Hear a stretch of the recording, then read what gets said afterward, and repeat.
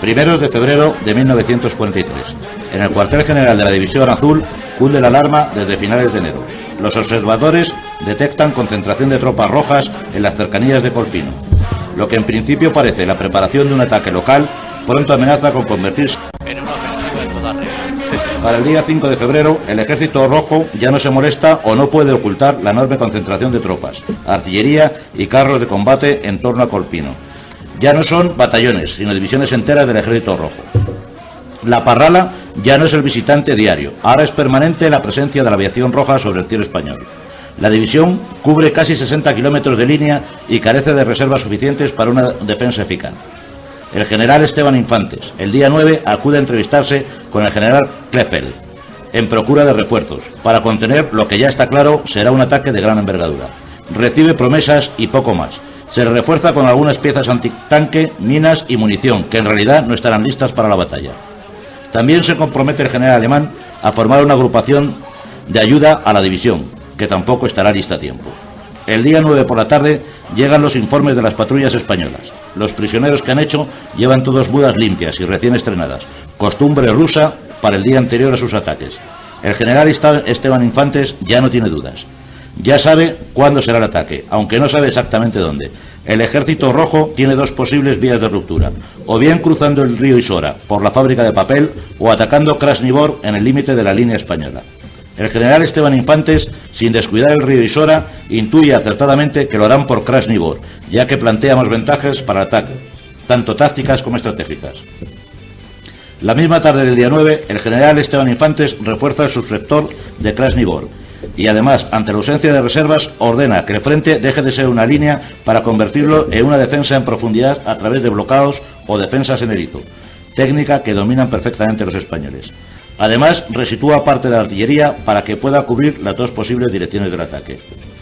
El día 10 de febrero, a las 6:45, al amanecer, el cielo se vuelve rojo. 1000 bocas de fuego empiezan la preparación artillera. Al rato, se le suman los temibles órganos de Stalin y la aviación roja hace su aparición. Las puertas del infierno se abren para la tropa española. 2 horas después, 4 divisiones del Ejército Rojo se lanzan al asalto. 44.000 infantes, ebrios de superioridad numérica y de vodka, con ayuda de cerca de 100 carros de combate, se enfrentan a menos de 5.000 españoles. Todo parece perdido. La victoria roja está al alcance de la mano. Tan solo tienen un problema. Frente a ellos no hay soldados normales. Frente a ellos está la flor y la nata de la juventud española.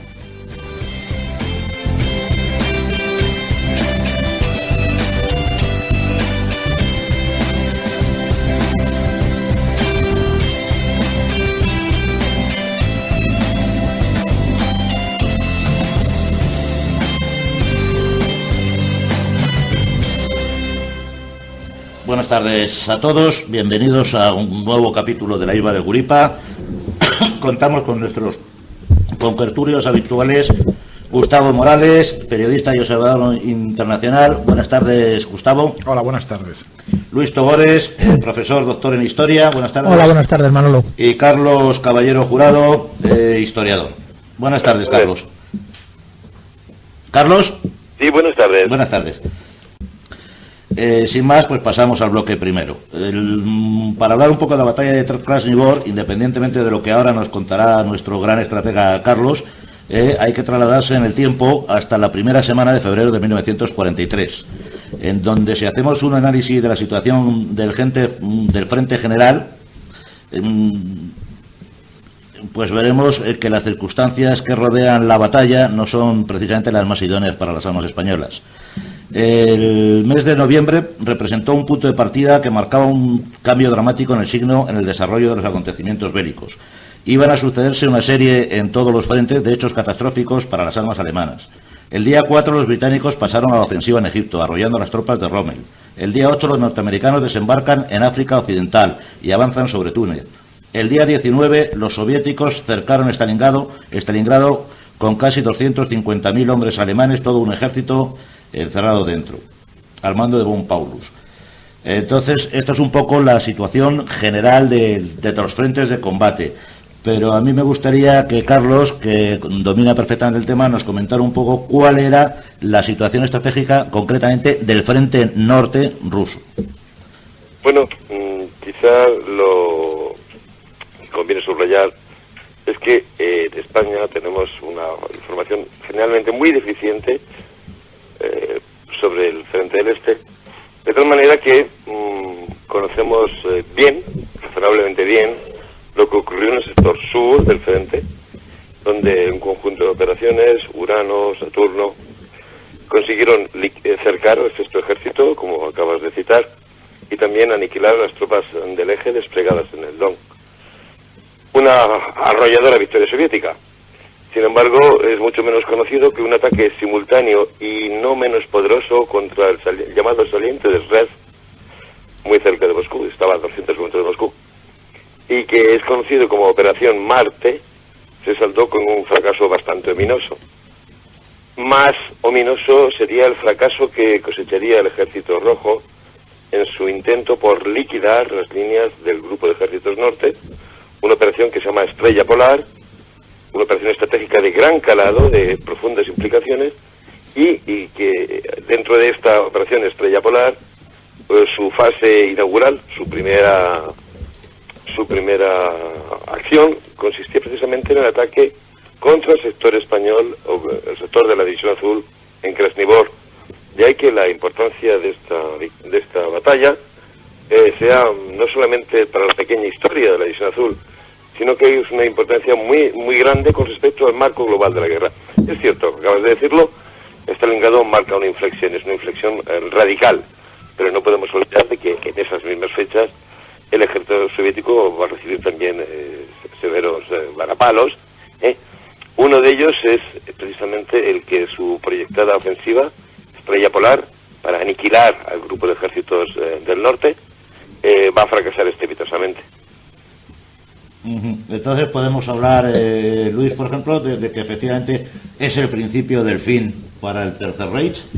Sí, el principio del año 43 realmente marca algo que ya algunas personas habían visto, que era la incapacidad del Tercer Reich por ganar una guerra, no por el valor de sus tropas, ni por la eficacia de sus soldados, ni su capacidad táctica y estratégica, sino realmente porque los recursos materiales de todo tipo, es decir, materias primas, fábricas, etcétera, eran incapaces realmente de enfrentarse a todo el mundo. Además, la demografía alemana tampoco le permitía mantener una guerra realmente prácticamente mundial, ¿no? Quizá la mayor tragedia que tenga la Alemania de la Segunda Guerra Mundial es que precisamente sus soldados eran tan buenos que esa derrota que realmente se produce en el año 43 la pueden aguantar hasta el 45, prolongando una agonía enorme, y que bueno, pues que realmente se convierte en trágica, porque no hay veces que tener soldados buenísimos puede ser precisamente, en vez de una virtud, un defecto. Y probablemente en este caso Alemania, si hubiese realmente se hubiese rendido cuando fue derrotada, pues la suerte de Alemania hubiese sido muy distinta a la que trágicamente fue después. Bueno, yo hay una pregunta, y con esto quiero que empecemos un poco ya a relatar lo más en tiempos lo más preciso posible el inicio de la batalla de Krasnivor. Normalmente las ofensivas se suelen realizar en secreto, por así decirlo, o se suelen preparar en secreto. Una de las cosas que nos llama, o por lo menos a mí me llama la atención de la editorial, del editorial que hemos leído, es el descaro de los rusos en el sentido de la preparación de una ofensiva de ese tipo, en la que se juegan tanto. Y a mí me gustaría que me contarais un poco cómo fueron los prolegúmenos de la batalla. Has citado un hecho curioso, y es esto de vestir ropa interior limpia. Has dicho que es una tradición rusa. En realidad es una tradición de muchos ejércitos, y la explicación es muy sencilla.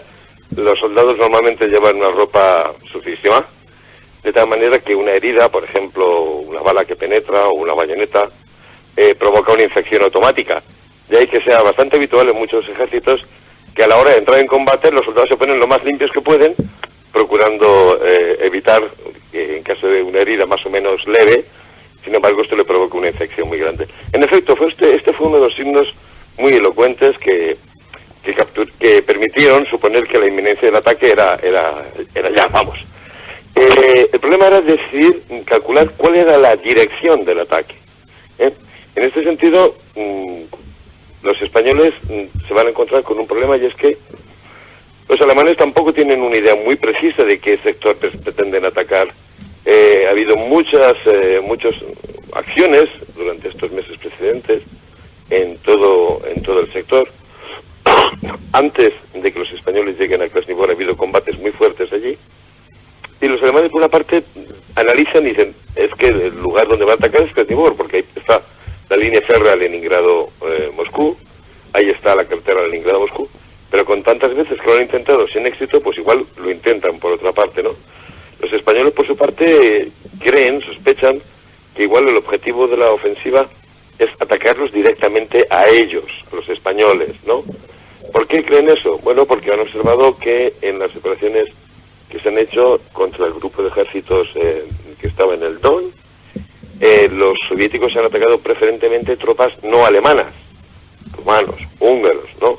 Pensando que son más débiles, que están menos desmotivadas, o peor equipadas, o peor instruidas, ¿no? Entonces sospechan que igual les quieren atacar a ellos, y entonces el objetivo sería distinto. La masa de tropas concentrada para el ataque se ve, como tú dices, los observadores de artillería, desde sus posiciones privilegiadas, están viendo la concentración de fuerzas. Se está viendo cómo se levantan campos de minas, se está viendo cómo se ponen piezas nuevas, ¿no? Pero la duda es una cosa que me choca, creo que se lo leía a Vadillo. Intuyen correctamente que el sector del atacado va a ser el sector de Krasnivor. Por eso los días antes se llevan muchísimos refuerzos. Aquel sector estaba protegido por el batallón, por el regimiento 262, pero en los días inmediatamente antes del ataque va allí todo el grupo de zapadores, todo el grupo de antitanques, todo el grupo de exploración. Luego la operación se calculó con bastante exactitud dónde se iba a recibir el golpe. Yo he leído a Vadillo, creo que era Vadillo el que lo decía, que bueno, que en los primeros días de preparación, por así decirlo, ellos detectaban movimiento, pero que llegó un momento en que los rusos dejaron de molestarse en ocultar el movimiento, que almacenaban depósitos y tropas incluso a la vista de bueno, como tú has dicho, de la observación de artillería, y ya en los últimos días desde las líneas de infantería se veía claramente parte del dispositivo. Hay que tener en cuenta que en este sector hay veces que, por ejemplo, en la zona de Yamishora y Putulovo, las líneas españolas y las líneas rusas estaban a 50 metros. O sea, era imposible ocultar lo que se estaba haciendo. En otros sectores donde las líneas están separadas a veces por kilómetros, puedes intentar camuflarte un poco, pero allí era imposible porque estaban uno al lado de otro. El único problema era dónde desplegar las reservas, porque sí, ahí estaba la fuerza atacante, pero la dirección que fuera a tomar, eso es lo que había dudas. Bueno, al final parece que está claro que los rusos concentran 8 divisiones, en las cuales en el ataque emplean 4 de ellas en diferentes momentos. En el primer asalto inicial, corregirme si me equivoco, intervienen cerca de 50 carros de combate, 800 bocas de fuego de todo tipo de artillería, más un número indefinido de órganos de Stalin, cohetes de barrido con poca precisión pero mucha eficacia cuando se emplean en masa. Más que eficacia militar, lo que tenían una eficacia terrorífica, es decir, el sonido desmoralizaba y hacía temblar de miedo a los que tenían enfrente. Es algo así como la granada. Las granadas casi nunca matan a nadie, en realidad. Las granadas están para aterrorizar al soldado y evitar que se asome. Y luego además interviene una parte importante de aviación rusa, que es de lo que menos he leído yo, no es escrito, pero parece ser que así fue, que no se limitó a un simple reconocimiento o hostigamiento, sino que hubo incluso bombardeo. ¿Es correcto esto?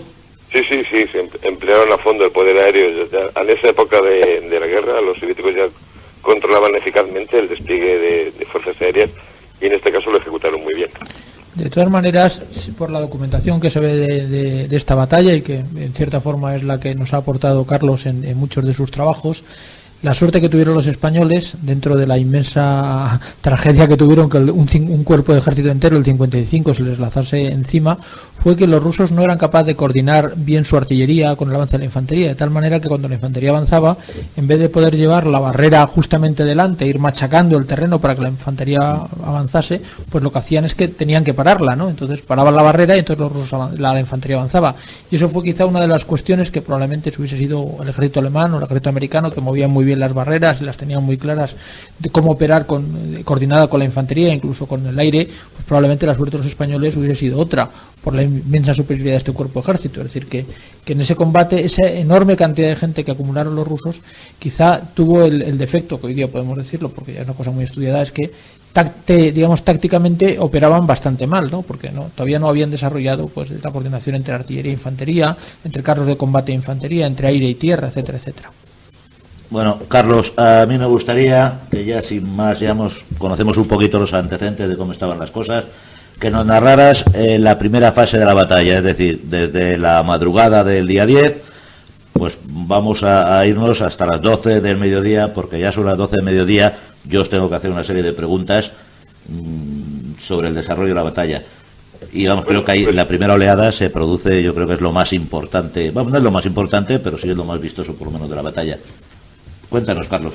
Pues es perfectísima la anotación que acaba de hacer Luis, porque en efecto la batalla empieza con un machaque de artillería absolutamente atroz, que causa unas bajas increíbles en los batallones españoles desplegados en línea, sobre todo, y esto es muy revelador de lo que acaba de decir Luis, en aquellos cuyas líneas están más lejos de las líneas soviéticas, que son el primer batallón y el segundo batallón del 262.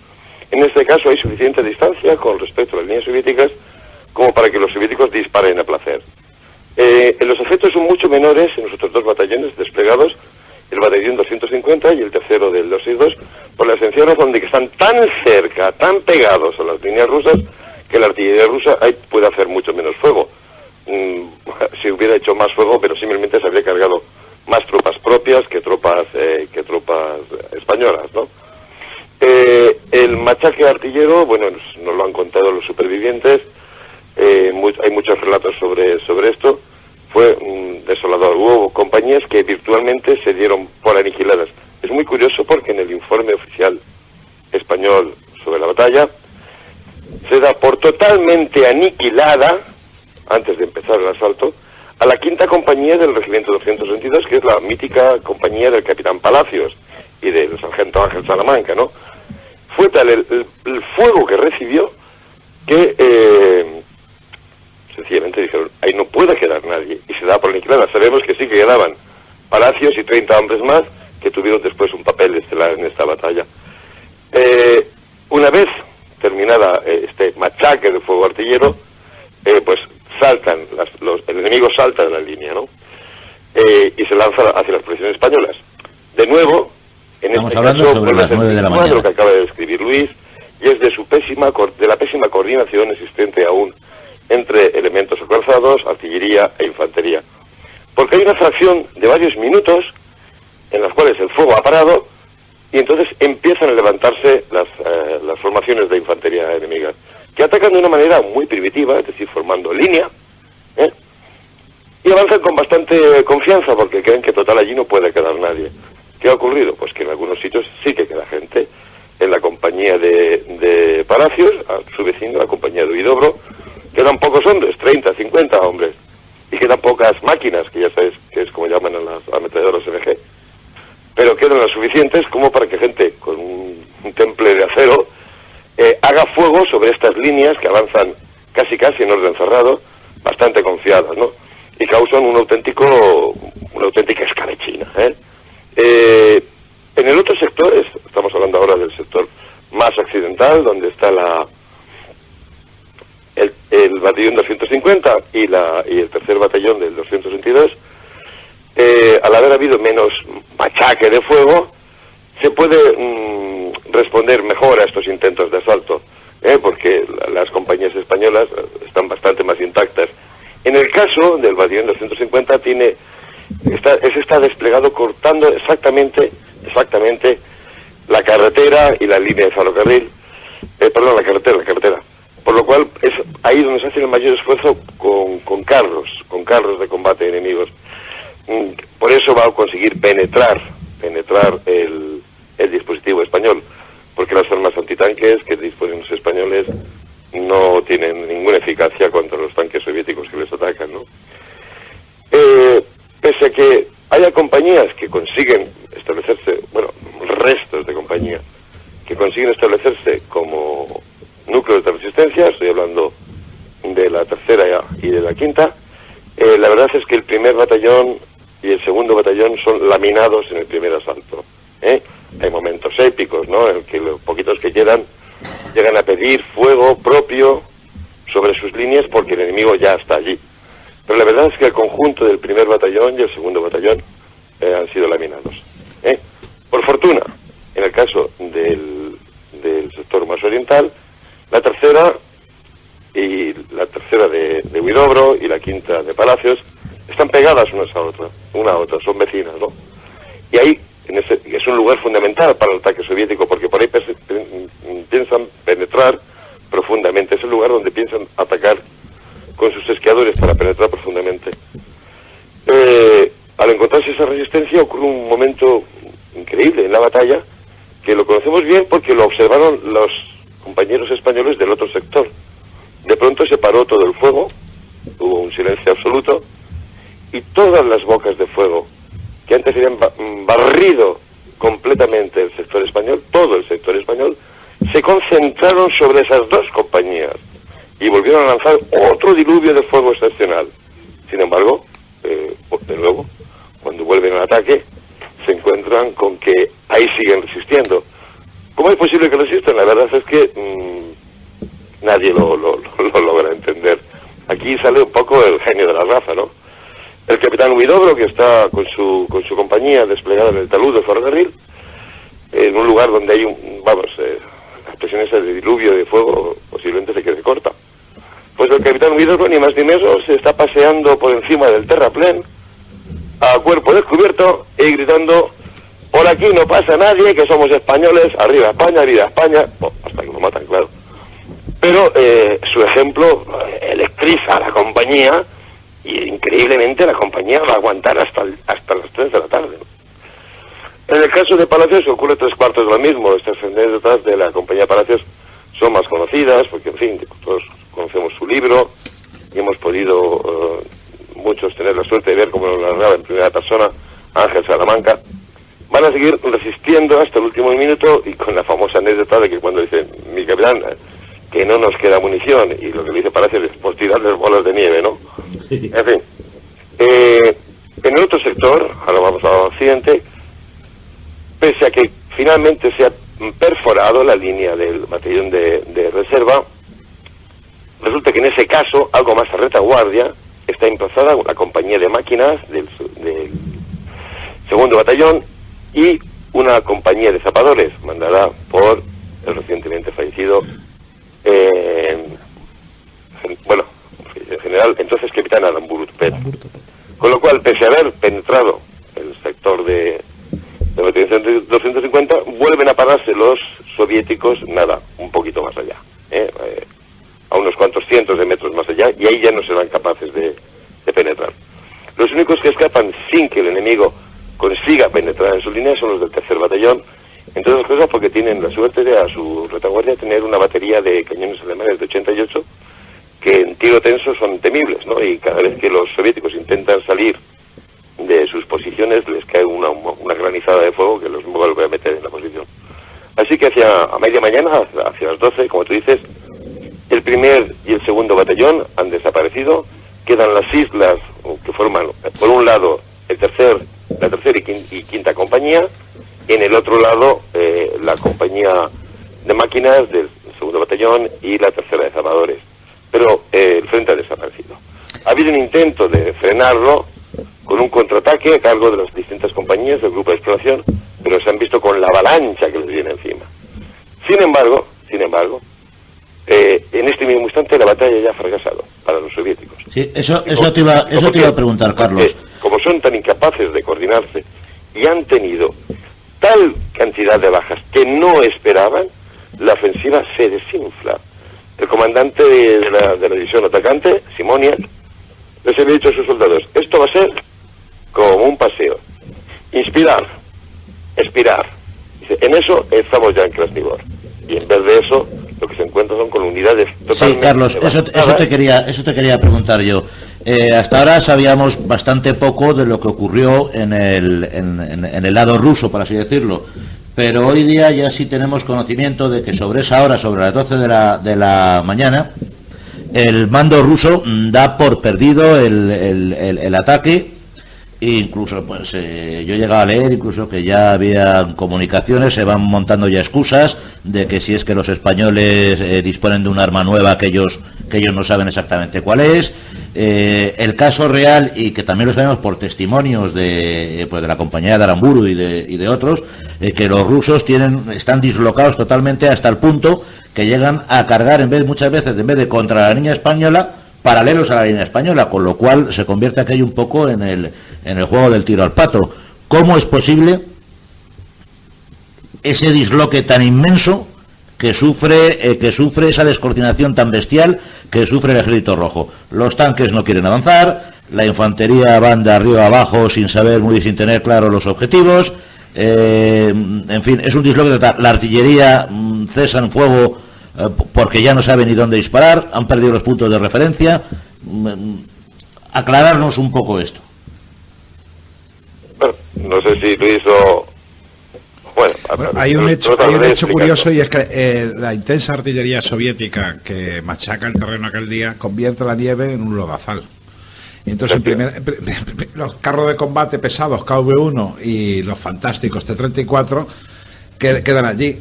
Los propios esquiadores soviéticos también se quedan empantanados en ese lodazal que han creado ellos mismos con sus ataques artilleros. El batallón de reserva 250, la tía Bernarda, que está justamente sobre esa carretera, despliega un heroísmo que ya Carlos ha relatado. Las líneas españolas sufren tantas bajas que hay un hecho que a mí me emociona profundamente, y es que los divisionarios fueron a pedir al batallón de regreso a España, que ya estaba a 2 docenas de kilómetros de allí, camino de España, camino de volver a su patria, que para ellos la guerra había terminado, que volvieran al frente para cubrir las bajas. Y los españoles, que ya iban camino de su casa, todos los oficiales de esa unidad y un centenar de suboficiales y soldados vuelven con sus compañeros y cambian volver a casa por una muerte segura. Respecto a los rusos, vamos a ver, nosotros el ejército alemán probablemente, junto con el ejército americano y el ejército británico, es el más estudiado. Es decir, el ejército soviético sabemos muy poco de él, comparado con las miles de bibliografías, incluso de películas que hay sobre el tema, como también ocurre en cierta forma sobre el ejército japonés en la Segunda Guerra Mundial. Pero yo metería varios ítems que nos pueden ser muy representativos. Primero, la mayoría de la tropa, incluso ya en el año 43, es decir, después de 2 años largos de guerra, era de una ínfima calidad. Es decir, el soldado ruso era muy duro, pero era un soldado poco entrenado y además poco motivado. Pensemos que una parte importante de los soldados soviéticos eran rusos, pero no soviéticos, entonces no tenían mucha relación. Todos hemos visto cantidad de anécdotas, como de hecho en Stalingrado, que se está ocurriendo prácticamente unos meses antes, donde son obligados a avanzar los infantes rusos con los comisarios políticos empujándoles desde atrás, y además con bastante mal armamento. Es decir, todos conocemos la anécdota que cuenta la película Enemigo a las puertas, donde van un soldado con 3 rifles. Primera cuestión. Segundo, era tropa a la cual había la costumbre, no una cosa extraña, pero sí en el ejército ruso muy normal, de ser calentada antes del combate a fuerza de alcohol. El alcohol, como todos sabemos, al principio te da un cierto exaltación patriótica, pero al final, pues cuando el efecto empieza a hacer, si el combate se prolonga, digamos, ese fervor de primera hora, al contrario, al final se convierte es un depresor. En depresoridad. Entonces siempre se ha dicho que los rusos son un pueblo triste. No es que es un pueblo triste, es un pueblo que bebe mucho vodka porque hace mucho frío, con lo cual al principio gran exaltación de la amistad y luego grandes lloriqueas. Bueno, pues eso ocurre también allí. Luego, algo muy importante, es decir, ellos el ataque, entre comillas, es un éxito porque desbordan las líneas españolas, y a partir de ese desborde han perdido en el control, digamos, del escenario del campo de batalla, en el sentido de que ya no saben dónde hay tropas españolas y dónde hay tropas rusas, con lo cual un Estado Mayor muy deficiente como es el que tienen los soviéticos es incapaz, porque tiene malas comunicaciones, tiene malos mapas, malos etcétera, saber dónde tiene que disparar, con lo cual, en cierta forma, digamos, el combate se convierte en un combate casi de capitanes o como mucho de coroneles, ¿no? Con lo cual, digamos, lo que es verdaderamente la superioridad numérica de los rusos la han perdido porque no controlan dónde hay combates. Claro, nadie se espera que en un sitio 30 españoles estén aguantando contra un regimiento, porque eso no hay y ellos no tienen manera. Si hubiesen tenido información, ese núcleo, por ejemplo el de Huidobro, no se hubiese asaltado, sino sencillamente se hubiese bombardeado con eficiencia, etcétera. Luego, la infantería y los carros se coordina muy mal. Es decir, que toda esa serie de cosas que quizá en un ejército como el alemán se producía, pero en mucho menor medida, porque evidentemente cuando se entra en combate hay una cierta desconexión, en el ejército soviético era muy importante. Y luego también hay otra cosa, que es también el factor, por ejemplo, de la manera de luchar los españoles, ¿no? Es decir, los españoles no luchaban como los alemanes, ni tampoco como los soviéticos. Por ejemplo, una cosa que a mí siempre me llama mucho la atención es el famoso fuego retenido español. ¿Que era eficiente? Pues era eficiente, pero sobre todo psicológicamente, porque claro, los españoles aguantaban, lo cual hacía falta ser tíos muy bregados, aguantar hasta el último minuto para hacer la descarga cerrada todos juntos, mientras que la mayoría de los soldados empezaban a disparar antes. Solamente las tropas muy veteranas o muy curtidas podían hacer esto. La costumbre española del arma blanca, que era una cosa bastante rara, el empleo de granadas de mano. Entonces, ese tipo de lucha de los españoles, que nadie lo practicaba, salvo alguna unidad siberiana, etcétera, en el frente del este, pues descoordinaba. Y evidentemente, claro, lo que antes estaba diciendo Carlos, es decir, aquello tenía que ser un paseo militar, porque claro, en superioridad de 6, 7, 8 o a veces de 20-1, y con un machaque artillero, una preparación artillera enorme, nadie se esperaba que hubiese resistencia. Y hay resistencia. Y vuelvo a contar la anécdota, que la cuento siempre porque me encanta, del grupo de soldados que están en el bosque de Krasnivor resistiendo de unidades diversas mandados por un alférez capellán. Es que eso no ocurre nada más que, vamos, parece casi más una anécdota de una novela de Arturo Pérez Reverte que una anécdota verídica, ¿no? Y eso ocurrió allí, y evidentemente eso tenía que descomponer la forma de entender la guerra de los pobres campesinos rusos, de los mujik, que eran llevados a combatir en Krasnivor. Sí, hay un hecho que parece importante, y es que el ejército soviético desde siempre mantiene suboficiales de reemplazo. Es decir, mantiene suboficiales que forman parte de las quintas y que no es un cuerpo de especialistas que va a sus propias academias. Los suboficiales son fundamentales en la estructuración de los ejércitos y siempre han sido formados en academias propias. El ejército soviético no, el ejército soviético entre los soldados nombraba a los sargentos y los sargentos mayores. Es decir, que eran tropas simplemente que habían sido elegidas como tales, con lo cual no tenían esa vertebración que tienen todos los ejércitos. Que al individualizar el combate perdían mucha eficiencia por falta de profesionalidad, ¿no? Más o menos efectivamente, es decir, el eje central del ejército soviético eran los oficiales, mientras que el eje central del resto de los ejércitos pueden ser los suboficiales. Y había que decir una cosa, la flor y nata del ejército soviético, antes de empezar la guerra, se la había eliminado Stalin fusilándolos, con lo cual, digamos, lo que eran los oficiales más experimentados, incluso los que habían hecho la revolución, habían sido masacrados por el propio Stalin prácticamente unos meses antes de empezar la guerra mundial en el frente ruso. Yo enfatizaría en dos cosas de las que habéis dicho. Hace no mucho tiempo salió un libro de una historiadora norteamericana, Catherine Merridal, se llama La guerra de Iván, y cuenta, por ejemplo, los efectos del alcohol en los ataques soviéticos. Se tomó la molestia de ir buscando a muchos veteranos de guerra, estableciendo un lazo de cierta intimidad con ellos para que le contaran las cosas realmente y no de acuerdo a la propaganda oficial. Y uno de ellos le decía a esta historiadora, a Catherine Merridal, que habríamos ganado la guerra mucho antes si no hubiéramos estado siempre borrachos. Efectivamente, una parte importante de las razones del fracaso es que, bueno, salen eufóricos de las trincheras, de sus trincheras, atacan muy eufóricos durante los primeros minutos, pero evidentemente al rato, al cabo de poco tiempo, están tan absolutamente borrachos que ya no saben ni qué hacen, ni dónde está su sargento, ni dónde está su capitán, ni dónde está nadie, ¿no? Como las unidades atacantes además se han dislocado, porque esa forma que tienen de atacar en línea causa unas bajas atroces, los soldados quedan más o menos a su aire, ¿no? ¿Y qué hacen? Pues a buscarse la vida. Los que han conseguido entrar en posiciones españolas se van de búnker en búnker a buscar si hay comida, a registrar los cuerpos de los españoles muertos, a ver si pueden coger una pluma o un reloj, cosas de esas. Así es que en gran parte el fracaso de la ofensiva se debe a las características que tiene el ejército soviético, el ejército rojo, y que estamos comentando, ¿no? Bueno, probablemente esto que os voy a preguntar tendrá mucho que ver con lo que estáis hablando ahora. Y también, y en esto hay que ser algo más sincero de lo que hemos sido habitualmente los españoles, también hay que tener presente que los alemanes reaccionan. No reacciona el regimiento que ha sido desplegado en Sablino para cubrir eventualmente el hueco, pero sí reacciona la artillería alemana. Como aquello era una batalla de asedio, los alemanes tenían desplegado, rodeando Leningrado, San Petersburgo, toda su artillería pesada, toda una cantidad de cañones increíbles, de estos sobreafuste ferroviario, unos monstruos, ¿no? Subrayaba antes, era Gustavo, cómo la artillería soviética en esta avalancha de fuego ha conseguido transformar el campo de batalla en algo intransitable. Bien, ahora entra en acción la artillería alemana y lo sigue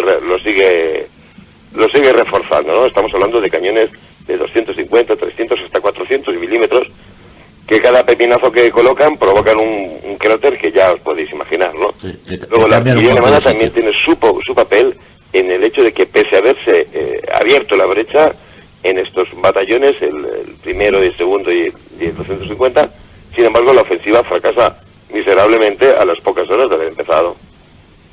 Bueno, esa es una pregunta que, como te decía antes, que es la siguiente, digamos, la segunda fase de Krasnivor, que es sobre la 1 o 2 de la tarde.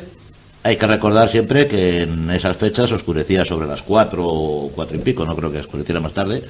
La realidad es que la primera línea española ha sido desbordada y en principio los rusos cuentan con suficiente tropa a las puertas de Krasnivor y de hecho se está combatiendo en Krasnivor. ¿Por qué se detiene ese ataque? ¿Qué es lo que pueden enfrentar los españoles? Y creo que ya hay alguna unidad alemana pequeña, pero creo que hay una unidad alemana en Krasnivor para defender Krasnivor. No, a esa hora aún no han entrado en acción los alemanes. Lo que ha ocurrido es que al haberse concentrado tantas unidades de refuerzo en ese sector, bien, han conseguido machacar los batallones que estaban en la línea. Pero en la retaguardia está, por ejemplo, el puesto de mando de la agrupación de artillería de Ascarza, bueno, que por cierto ese puesto de mando es volado en uno de esos, por un impacto directo de la artillería. Pero está el puesto de mando del primer grupo de artillería, que no se ha afectado, está el puesto de mando del batallón de zapadores, está el puesto de mando del grupo de antitanques y también el puesto de mando del regimiento 222. Y estos mandos son capaces de reagrupar a las fuerzas que vienen desmoralizadas y bastante dislocadas, procedentes de la primera línea, en grupos de combate que en el centro del casco urbano de Krasnivor paran, inesperadamente para los soviéticos, paran a sus vanguardias, ¿no? Sus vanguardias, acabamos de verlo, han quedado muy dislocadas. Y ahora se encuentran con algo que ellos no esperaban tampoco para nada, y es que se hubiera articulado de una manera, vamos a decirlo así, espontánea, esta segunda línea de contención, donde te puedes encontrar a un oficial del grupo antitanque mandando un pelotón de una compañía, o una sección de otra, un grupo de zapadores, un grupo de artilleros, etcétera, etcétera. Ten en cuenta que además estamos hablando ya de un combate en casco urbano, no es exactamente una ciudad. Krasnivor es la típica ciudad jardín, es decir, chaletitos, con su jardín, tal, pero ahí es facilísimo tender emboscadas. El enemigo pasa por una calle, tú te escondes en una casa, cuando ha pasado tú vas y le tiras un cóctel molotov, o le haces fuego, Así que la ofensiva soviética dice, pero hostia, ¿qué pasa aquí que nos están dando por todas partes? Aquí se producen muchos hechos muy emocionantes, que digo, cuando este conjunto de cuadros de mando consiguen organizar estos grupos que reaccionan con mucha eficacia y acaban de frenar totalmente la ofensiva. Para sorpresa, repito otra vez, es que aquí el factor sorpresa va a jugar contra los soviéticos. Mira, la ciudad de Krasnivor sigue existiendo a fecha de hoy. En gran parte se ha reconstruido. Pero hay un hecho increíble, y es que la parte norte de esta ciudad de Krasnivor, bueno, de este pueblo de Krasnivor, no se ha reconstruido. ¿Por qué no se ha reconstruido? Porque la gente que tenía allí su solar, su casita, sabe que si mete una pala excavadora para hacer unos cimientos, lo más verosímil es que la pala excavadora salga volando con los operarios encima. Sí, que haga los cimientos más rápido de lo previsto, ¿no? De metralla ahí, que aún hoy la gente no ha ido a reocupar sus parcelas y reconstruir sus casas, ¿no? ¿Cómo van a imaginar que que después de eso una banda de locos españoles vayan a construir una línea inesperada a 3 kilómetros de la línea principal, ¿no? Eso es lo que no pudieron nunca imaginar, y eso es en gran medida lo que ocurrió. Vuelvo a decir que también aquí los soviéticos han pecado de una ingenuidad pasmosa. Antes de la ofensiva han reunido a un grupo de estos militantes del Partido Comunista que estaban exiliados en Rusia, y también algún desertor de la división, y han lanzado una campaña de propaganda tremenda contra la División Azul. Pasaros, oye, mirad lo que ya han hecho los italianos, que se rinden, mirad lo que le ha pasado a los rumanos, a los húngaros, no seáis tontos, si os rendís vais a volver enseguida a España porque vamos a ganar la guerra nosotros y Franco va a caer. Y se lo han creído. El problema de los soviéticos es que se han creído su propia propaganda y creen que, bueno, que estos españoles son pues, como los rumanos, como los húngaros, los italianos, atacan por aquí y se van a rendir, ¿no? Ha sido un error de cálculo brutal. Han sobrevalorado la eficacia de su propaganda, y en vez de encontrarse con una unidad que se disuelve como un azucarillo en un café, lo que se encuentran es con una unidad que presenta una resistencia auténticamente como una coraza, ¿no? Numantina, una resistencia Numantina, es una buena expresión. Hombre, yo ahí sí creo que, vamos, a mí siempre cuando me gusta poner nombres y apellidos a la historia, ¿no? Entonces, cuando uno piensa en Krasnivor, que quizás es el punto culminante de la División Azul, donde 5.000 muertos, una época, digamos, donde realmente los divisionarios dan el todo, pues al final uno tiende a pensar en nombres concretos. Aquí hemos hablado pues bueno, de gente que fallece allí, como Huidobro, en el Trincherón. Otros que han muerto hace ya algunos años. Yo me acuerdo que no he tenido tanta suerte como Carlos de conocer a muchos, pero he conocido a algunos. Me acuerdo, por ejemplo, a Aramburu, que era muy amigo de mis tíos, lo he conocido hace relativamente pocos años, pero como ha vivido hasta hace unos meses, pues tuve la suerte de hablar bastantes veces con él, porque tenía una tertulia en la Gran Peña, en la cual asistían mis tíos y yo iba de vez en cuando a él. Luego también me acuerdo perfectamente del general Andújar de caballería, que le faltaban varios dedos, que yo creo que los perdió en Krasnivor, que fue el último general que tuvo mi padre. Y luego pues de gente pues como Palacios, que yo me acuerdo que una vez lo vi porque un amigo mío era amigo de su hijo, y lo vi un día en su casa y todavía tengo que reconocer que me impresionó.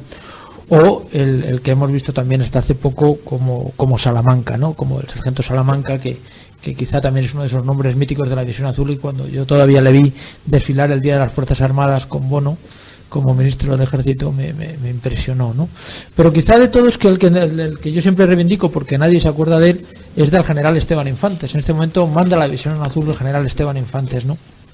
Para mí es una figura que desgraciadamente está poco reconocida y poco estudiada, probablemente porque la figura estelar, y en torno al mea culpa como biógrafo de Muñoz Grande, le tiene oscurecido, sobre todo porque uno es el general de la victoria y otro es el de la derrota, pero evidentemente tiene un papel fundamental, un personaje como es este general de Estado Mayor, mucho más culto que Muñoz Grandes, que había participado en la Sanjurjada, tiene un papel determinante en la Guerra Civil, un general muy leído, probablemente uno de los libros más interesantes, por no decir el más, sobre la División Azul, lo escribe precisamente Esteban Infantes, y que quizá cuando uno lee, sobre todo a Carlos, pues la verdad es que aparece poco.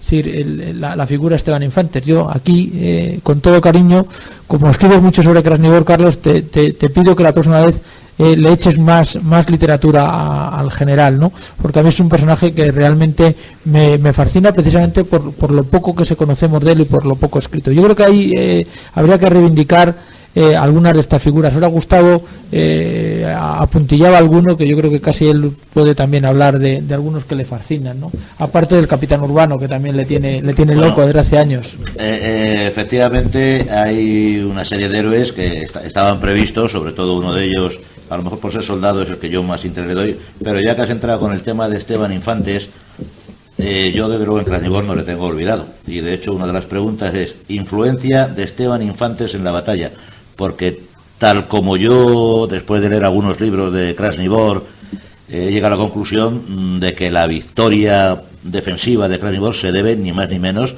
que al general Esteban Infantes y a las medidas de urgencia que toma además el día 9, justo el día anterior. ¿Esto me lo pedís ampliar?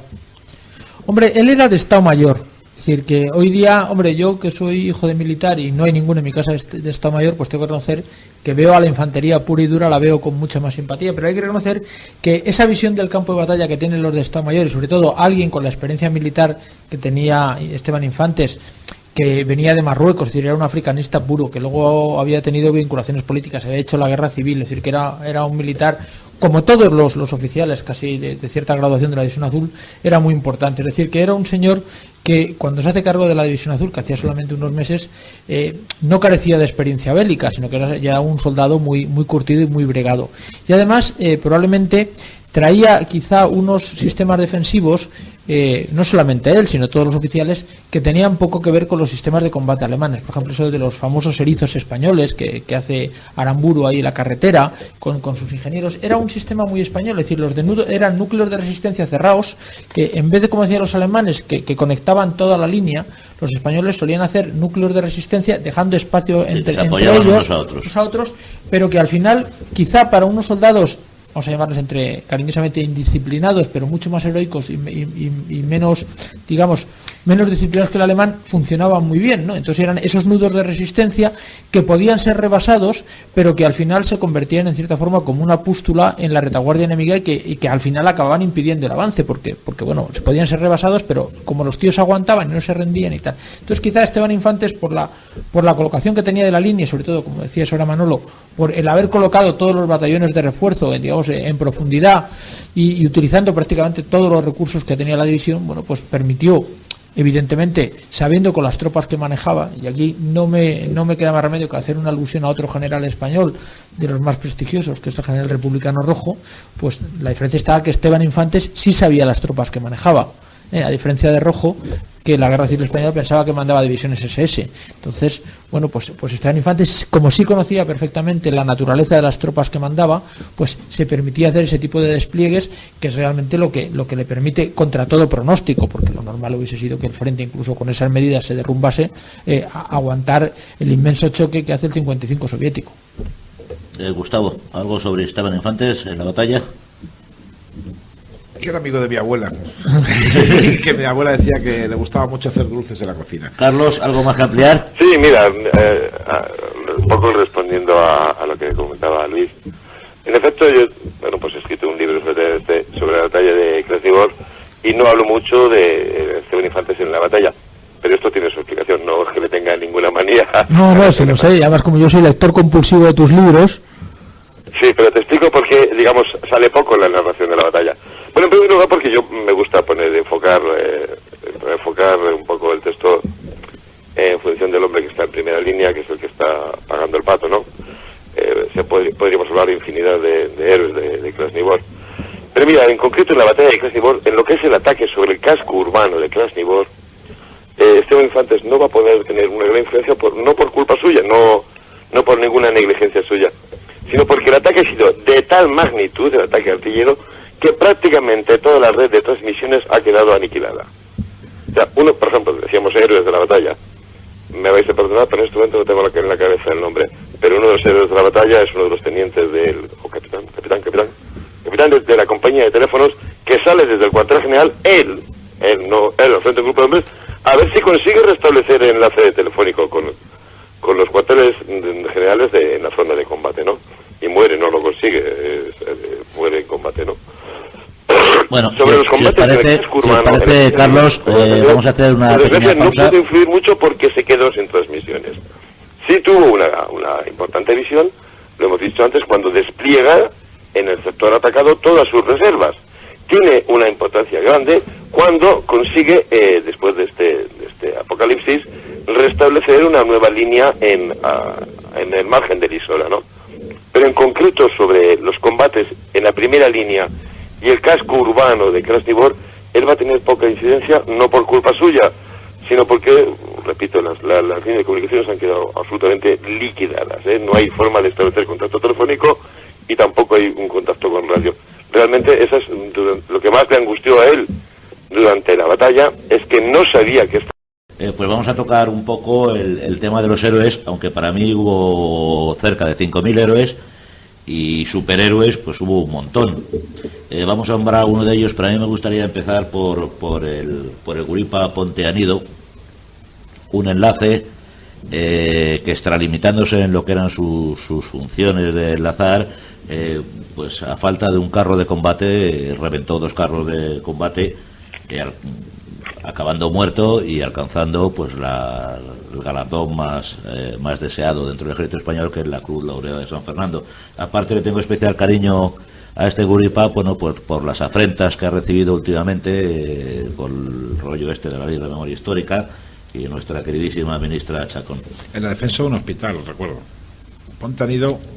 Sí, efectivamente, además se cargó los carros precisamente cuando vio dirigirse uno de ellos contra una casa que estaba siendo utilizada como hospitalillo dentro del Carnívoro. Pues si nos contáis la historia más versadamente que yo. La has contado muy bien. Venga, Gustavo, pues otro eres.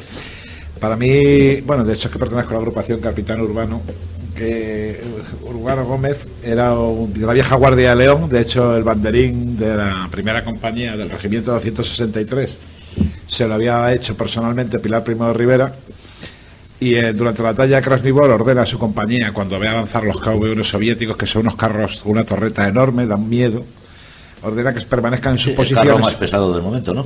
Hasta ese momento sí, hasta que salió el José Stalin. En ese momento ordena a su compañía que permanezcan en sus posiciones, y él solo y armado con minas magnéticas y granadas corre hacia los carros, se apoya en la cadera de uno de ellos, abre la escotilla del carro, arroja dentro las granadas, explotan, herido, se sube en el siguiente carro, pega una mina magnética, también explota y vuelve a ser herido. El resto de los carros, al ver que uno solo había hecho eso, no quisieron pensar en lo que harían cuando salieran los del resto de la compañía. Entonces se retiraron.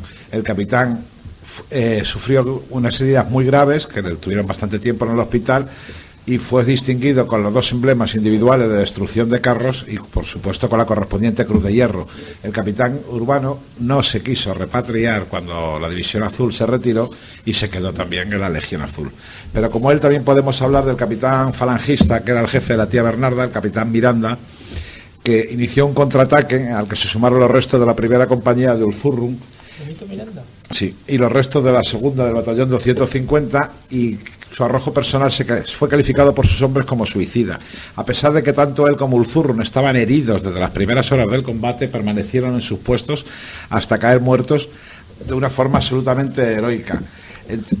Junto a esos capitanes también tenemos a los tenientes Fernández Ochoa, a Márquez Valdivia, a los alférez Legazpi Gallego, a una serie de hombres, como el teniente Blesa de transmisiones también, que se había instalado cerca de las líneas soviéticas para intentar interceptar sus mensajes telefónicos, y que al final acabó muriendo al frente de las tropas como iba a decir un simple, pero no hay nada más simple ni nada más orgulloso que ser oficial de infantería.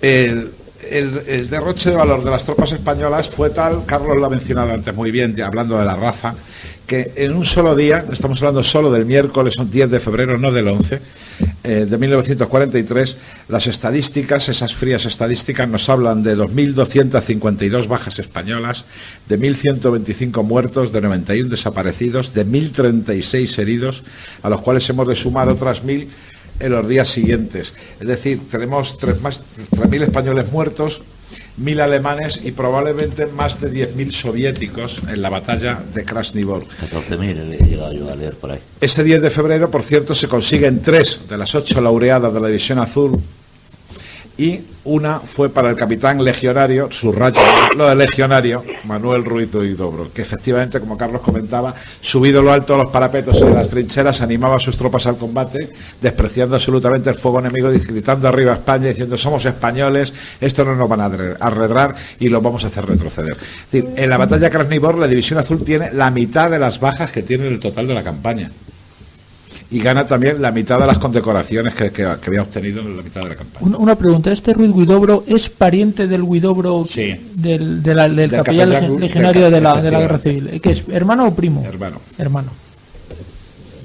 En Krasnivor ocurre un hecho un poquito trágico, y es que tenemos conciencia de bastantes de los héroes de esta batalla, porque alguien vio la acción en la que participaron y la ha narrado, y bueno, ha sido premiada. Por ejemplo, el caso que citabas, absolutamente espectacular, de este sencillo zapador, Antonio Pontenido, que en febrero del 43 sigue en la división y ha llegado con el primer contingente, o sea, un señor que lleva ya bastante campaña encima, ¿no? Pero hay también un hecho que no podemos olvidar, y es que en muchos casos acciones heroicas que ocurrieron no son totalmente desconocidas, sencillamente porque no quedó ningún testigo, ¿no? Bueno, hay un caso que es el del teniente legionario Edis Jacob Rosé. Los carros de combate enemigos. Es imposible que un infante, un zapador, haga nada contra el diluvio de fuego que le cae encima, pero contra los carros sí se puede actuar, echándole un valor excepcional. Nos estaba contando, por ejemplo, Gustavo, el caso del mítico capitán Urbano, con sus 2 cintas, estas de destrucción de tanques. Hay más casos, Hay un caso que también quizá valga la pena recordar. En la División Azul había un grupo de exiliados rusos blancos que combatían con un especial fanatismo porque querían liberar a su patria de Stalin, ¿no? En el marco de la batalla de Krasnivor, uno de estos oficiales es de origen georgiano, pero en fin, se sentía ruso zarista. Constantino Gogi-Jonasvili o algo así, porque estos son nombres impronunciables, y en efecto, Constantino Gogi-Jonasvili, junto a otro grupo de personas, es de los que también consiguen cercar a un carro, lo van mareando, hasta que lo consiguen cercar y lo destruyen, ¿no? También recibió esta cinta, también se quedó como el capitán Urbano en la Legión Azul. Hay muchísimos héroes en esta batalla. No todo el mundo puede ser héroe, porque si todo el mundo fuera héroe, no existiría ni siquiera el concepto de héroe, ¿no? Hay gente pues que muy buenamente pues se acobarda ante aquella masa de fuego, ante aquellas masas atacantes, pero hay tantos héroes como para que finalmente una ofensiva en la que el enemigo tiene una absoluta superioridad en potencia de fuego, en medios acorazados. Recordemos que los españoles no tienen ninguno, ni ningún medio eficaz para luchar contra los tanques enemigos. Aún así, la ofensiva fracasa. Y vuelvo a decir, los españoles si os parece mucho en el combate, porque queremos ver reflejada las virtudes militares de nuestros compatriotas, etcétera, etcétera. Y muchas veces ignoramos la trascendencia real del combate. Esta operación concebida para liquidar todo el grupo de ejércitos norte, que de haberse realizado conforme lo había planeado Stalin y su Stavka, su cuartel general, habría supuesto pues que lo mismo que hemos visto para Stalingrado hubiera ocurrido en el grupo de ejércitos norte, fracasa miserablemente, y fracasa desde el primer día, en Krasnivor. Bueno, volviendo un poco al desarrollo de los acontecimientos, estamos en el atardecer, en la zona española. Pues reina el desconcierto en el sentido a nivel del mando, de que no tiene contactos, y casi todo lo que se hace a partir de ese momento es intentar contactar, evaluar qué es lo que está ocurriendo, quién queda vivo, quién no queda vivo, e incluso tenemos conocimiento de un intento de contraataque que no llega a un éxito total, pero que llega incluso a contactar con posiciones que siguen todavía cercadas. ¿Qué nos podéis ampliar de estas horas tan negras y tan...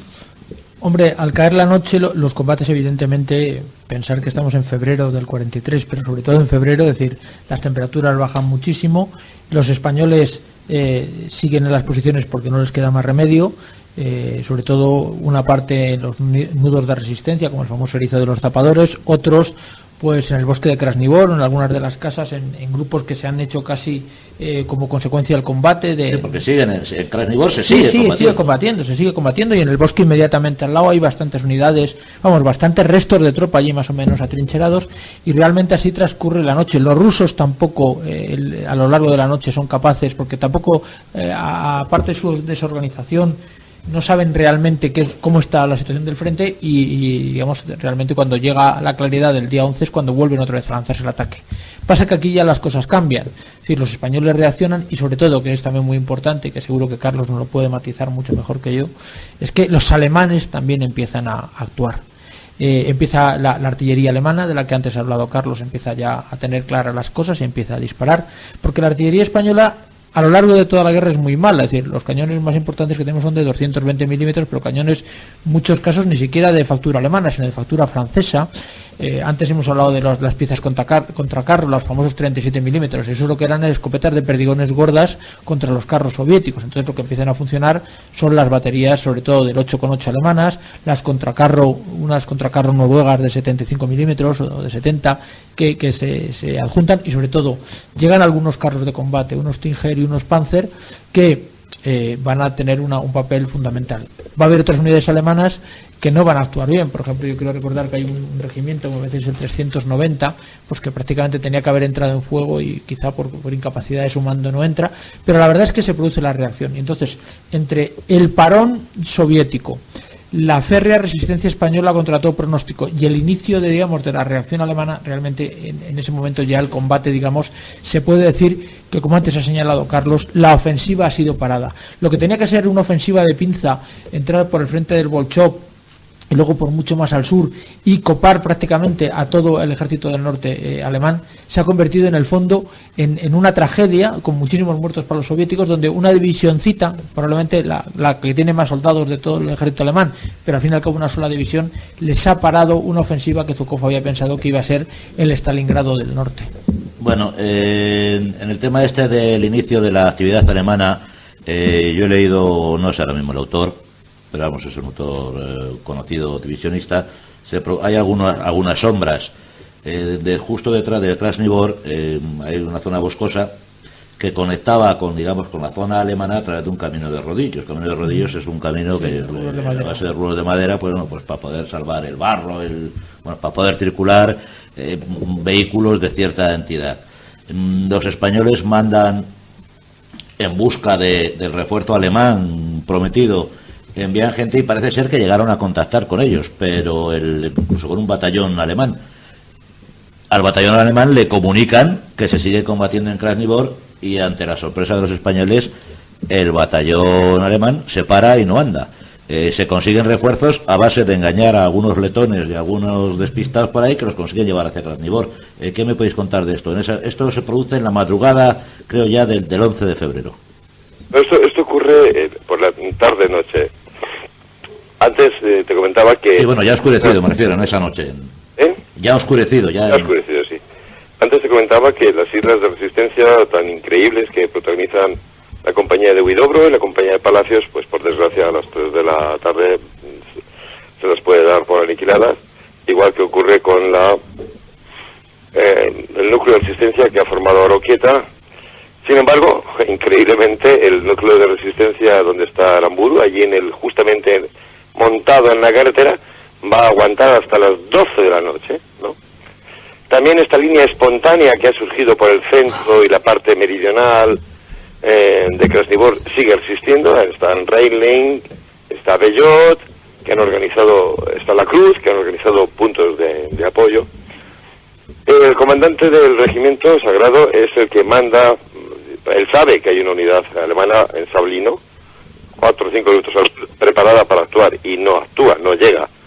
¿Qué ha pasado? Bueno, pues mira, ciertamente antes Luis ha hecho una descripción bastante acertada de que el ejército alemán es un ejército extremadamente eficiente, con una capacidad bélica que aún hoy nos sorprende, pero eso no quiere decir que todos los soldados alemanes sean buenos, ni que todos los mandos alemanes sean cojonudos, ¿no? En concreto, el coronel que mandaba este regimiento, sabemos perfectamente que aquí acabó su carrera militar. Lo hizo tan mal que dijeron, pase usted a retiro porque usted es un incompetente, ¿no? Efectivamente, tenía que haber reaccionado con más audacia y haber lanzado a sus hombres hacia el norte en apoyo de los españoles. Pero como no tiene una idea muy precisa de qué coño está ocurriendo ahí, él se queda con su regimiento en Sablino y va avanzando muy lentamente. Tanto que otro regimiento que es puesto en situación de alerta más tarde que él, sin embargo avanza más que él. O sea que, cierto, ahí hay un fracaso en concreto de este coronel, que repito, no por casualidad, acaba aquí su carrera militar y bueno, pasa a la institución de retirado. Y los españoles tienen que improvisar un poquito. Como nos acaba de citar, hay un contraataque que ya se encadena demasiado tarde. Demasiado tarde me refiero a que ya ha oscurecido. No hay visibilidad. Lo organiza, es parte de un batallón del 263, el batallón que manda Blanco Linares, salen desde Lisora buscando llegar hasta las líneas españolas. Sí que llegan hasta las líneas españolas, consiguen llegar hasta las líneas españolas, donde había estado justamente la compañía de Oroquieta, bueno, pues el batallón de que mandaba Miranda, que nos tendrá antes Gustavo, pero pasan relativamente cerca de donde está Aramburu sin conseguir enlazar con ellos, ¿no? Vuelvo a decir que la situación es totalmente de caos, de falta de información real de lo que está ocurriendo en el campo de batalla. Allí, finalmente son contraatacados por los soviéticos y se retiran hacia Lisora, sin, digamos, haber establecido contacto con Aramburu, y con Alzamena, que está también con él, finalmente a las 12 de la noche, diciendo, bueno, aquí nadie nos dice nada y estamos cercados, vamos a aprovechar que es de noche y que el enemigo no nos va a ver, y es cuando finalmente este hombre, Aramburu y Alzamena, y Campos, son restos de 3 compañías, se retiran siguiendo la carretera hacia Sablino, ¿no? Bueno, lo que toca de citar, que por cierto no son letones, son estonios, es un ejemplo de la improvisación esta española.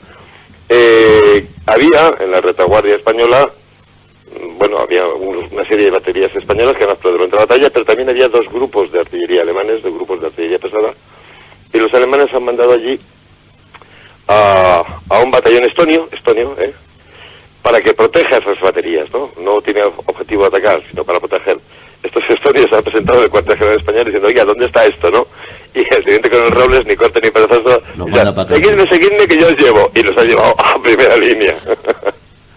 Efectivamente. Bueno, en los días, el día 11, 12 hasta el 14 se va estabilizando la zona de Krasnivor.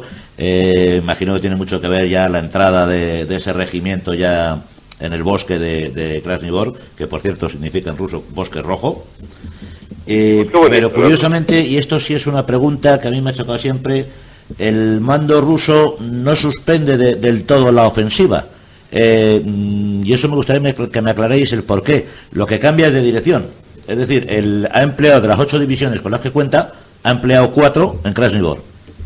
Teóricamente no le falta mucho para acabar de romper el sector de Krasnivor, pero lo que hace es que en vez de seguir profundizando por ahí, cambia la dirección del ataque y toma la segunda posible dirección de ataque, que es a través de la fábrica del papel, por el río Isora, intentando cruzarlo por allí.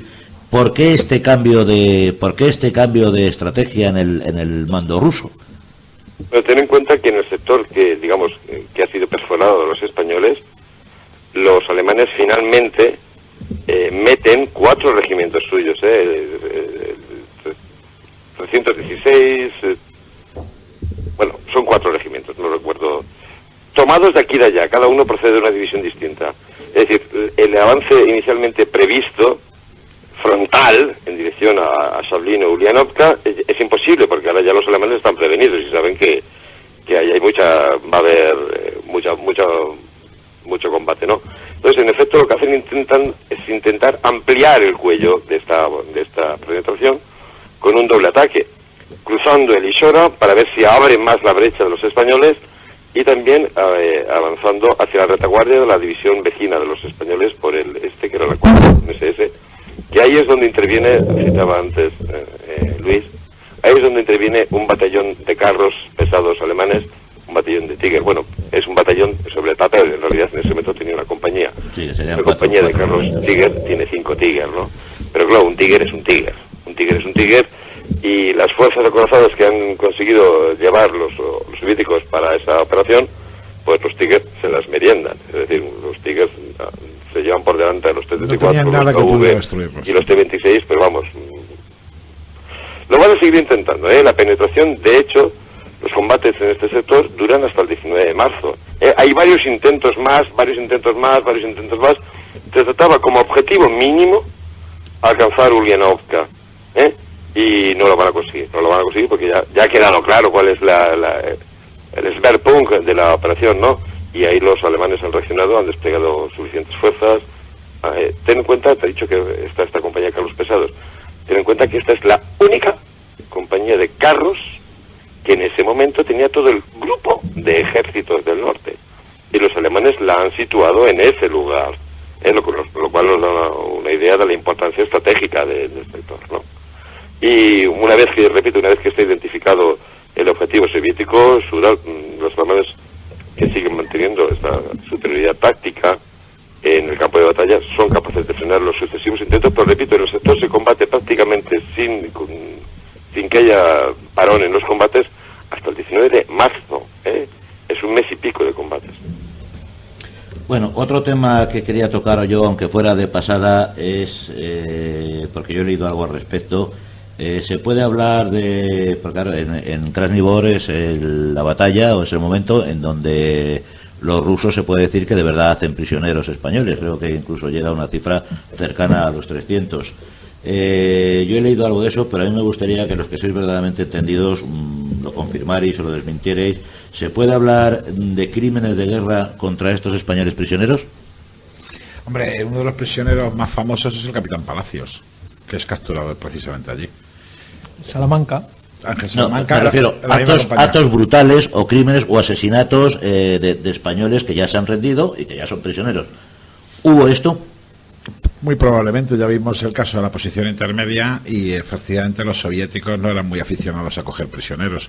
Lo que sí es cierto es que de los pocos prisioneros más famosos son los que hemos mencionado. Se capturaron pocos prisioneros y fueron los restos de unidades que habían sido previamente machacadas, como la compañía en la que estaban Palacios y Salamanca.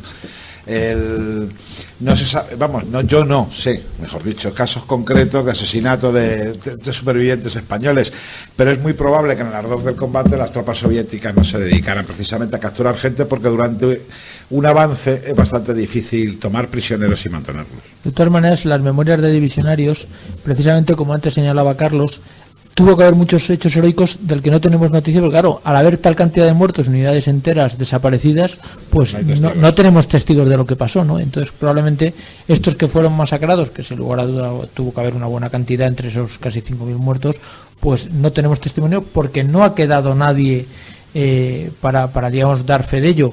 Es decir, otra de las cosas, por ejemplo, la posición intermedia, sabemos lo que se les hizo, no porque hubiese ningún testigo, que no quedó ninguno, sino que como luego la posición se retomó y quedaron allí clavados al terreno con los picos, pues sabemos lo que había ocurrido. Pero realmente, si no se llega a recuperar la posición, no se hubiese conocido lo que hicieron los soviéticos. Hombre, ahora ha aparecido bastante bibliografía, sobre todo que a mí me interesa, sobre la ocupación rusa de Alemania. Por ejemplo, hay algunos autores que hablan que se cometieron 2 millones de violaciones de mujeres alemanas durante la Segunda Guerra Mundial. Es decir, un ejército que es capaz de cometer 2 millones de violaciones, no me quiero ni imaginar lo que sería capaz de hacer con unos tíos que habían estado resistiendo en pleno fragor del combate. A mí no.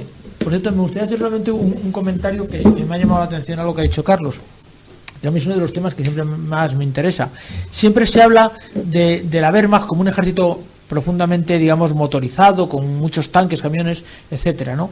Y Carlos ha señalado algo que parece casi de broma, que la única compañía de carros de todo el frente norte estaba allí. Es decir, el ejército que todos tenemos en la mente, que es el ejército, digamos, entre comillas, más motorizado y con los mejores carros de la Segunda Guerra Mundial, tenía en todo el frente una compañía de carros. Si yo tengo casi más carros que él en el salón de mi casa.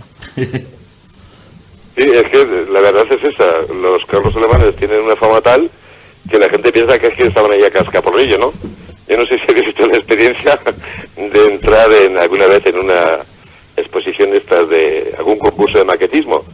Tú entras allí y todo lo que hay son Tiger, Panther, es increíble. La gente piensa que, vamos, que esto estaba por todas partes. No. Sí. En ese momento todo el grupo de ejércitos norte, comunidad Panzer, tenía una compañía de carros. Hay un coleccionista americano. ¿Por qué los españoles no reciben ese apoyo desde el primer momento de la batalla? Claro, si yo soy comandante del grupo de ejércitos norte, primero quiero saber dónde está realmente el punto de esfuerzo principal. No sea que me hagan una finta, me estén atacando en un sitio para después lanzarme otro ataque más fuerte en otro lugar, ¿no? Por eso esa compañía no llega allí el día 10 a primera hora de la mañana. Si llega a las 10 de la mañana del día 10, la ofensiva soviética se desbarata en 2 minutos, ¿no?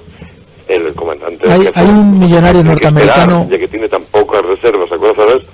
A tener plena conciencia de dónde está el peligro principal. Tenía que cubrir centenares de kilómetros, por tanto tiene que esperar hasta ese momento para hacerla entrar en acción. Bueno, con respecto a lo que estábamos hablando antes, mira, yo recuerdo, no las tengo en la cabeza todas las memorias de los prisioneros que caen en este combate.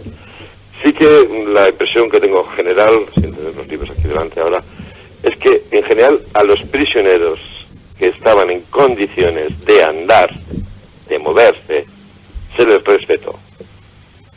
Con quienes tuvieron muy poca suerte fueron los prisioneros, los que cayeron prisioneros y estaban malheridos. No se quisieron tomar ninguna molestia con ellos, les pegaron 2 tiros y punto pelota. Es que yo me refería, Carlos, en concreto a de anécdota no tiene nada, a un hecho escabroso que relata uno de los prisioneros españoles, que dice haber contemplado de otra columna de prisioneros recién tomados, pues como una miliciana, una guerrillera rusa, a un herido español, pues le mete una granada en la boca para que explote Ese detalle en concreto, la verdad es que no me viene a la memoria, pero vuelvo a decirte, la política en este momento que están aplicando los soviéticos es básicamente esa. Eso, hay un giro porque el año 41, increíblemente, el año 41, prisioneros que cogían, prisioneros que mataban. O sea, es curioso, los soviéticos empiezan la guerra prácticamente matando a cualquier prisionero alemán que cogen. Esto es uno de los factores que van a coadyuvar a que la guerra del frente sea tan brutal, pero en el año 42 los soviéticos ya han cambiado, dicen esto no sirve para nada, esto es una barbarie, porque refuerza la moral de combate del enemigo, ¿no? Entonces las órdenes que se han dado a las unidades es de que hay que respetar a los prisioneros de guerra, porque se les puede extraer información, se les puede poner a trabajar, etcétera, etcétera. Lo que pasa es que, repito, en la práctica, cuando ven un prisionero que está más o menos mal herido, dicen, hasta que se ponga a trabajar, o hasta que le podamos sacar algo de información, 2 tiros o una granada o lo que fuese, ¿no? Por eso repito que más que una política de prisionero que cojo, prisionero que mato, que esto era muy habitual en el año 41, en el año 42 observamos, no ya para el sector español, sino para todo el sector del frente del este, que los soviéticos han cambiado de política, han dado órdenes explícitas a sus unidades de que el prisionero es un objeto militarmente valioso. Es un señor al cual le puedo sacar información, es un señor que si le lavo el cerebro puedo utilizarlo para mi propaganda. Os recuerdo a todos, lo he citado antes, el mariscal Paulus, supieron a él y a otros oficiales del sexto ejército utilizarlos propagandísticamente. Bueno, nos hemos excedido del tiempo y ya este es el último capítulo de la IVA del Guripa. Despedirnos y daros las gracias a todos por vuestra colaboración y a los oyentes por vuestra escucha. Como siempre nos despedimos con el toque a los caídos.